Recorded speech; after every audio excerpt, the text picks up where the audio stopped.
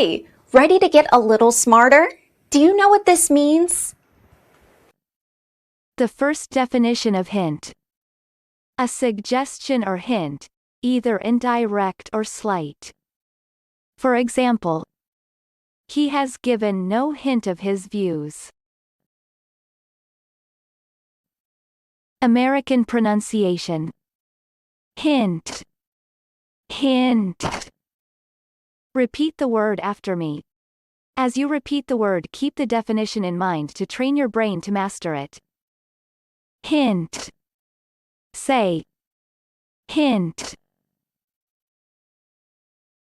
Hint means indirect suggestion or indication. Hint. Hint. Hint origin. In the sense of occasion, chance, in the early 17th century, presumably from obsolete hent, grasp and get hold, or Old English henten of Germanic origin, related to hunt. The idea of something that can be used, is the basic concept. Practice. Listen to what I say, then pause the video and repeat after me. Train your brain to master this word. Let's begin. The first practice. Sheil thought she detected hypnotic hints in the piece. Now, repeat after me.